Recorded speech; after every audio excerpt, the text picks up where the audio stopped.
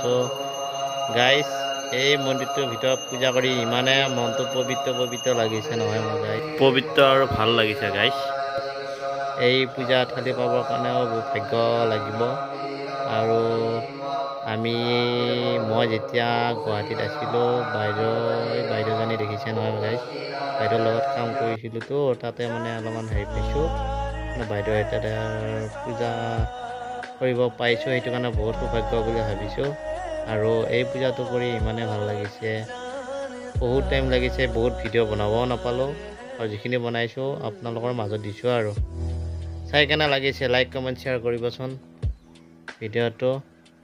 আপোনালোকেও যাই চাবচোন নগাঁও মহামৃত্যুঞ্জয় মন্দিৰলৈ, যাই কিমান ভাল লাগে।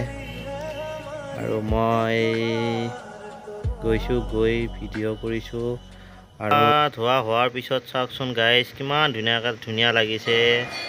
ফুলেদি সজোৱাৰ পিছত তাৰ মাজতে ভিডিঅ' কৰিব নিদিয়ে, তাৰ মাজতে সৰু সুৰাকৈ ভিডিঅ' বনাইছোঁ। তাতে মানে পূজা কৰা টাইমত নোৱাৰিয়ে, বহুত টাইম লাগিছে, 2-3 ঘণ্টা সেই শিৱলিংগটো গা ধুৱাওঁতে যায় গাইজ।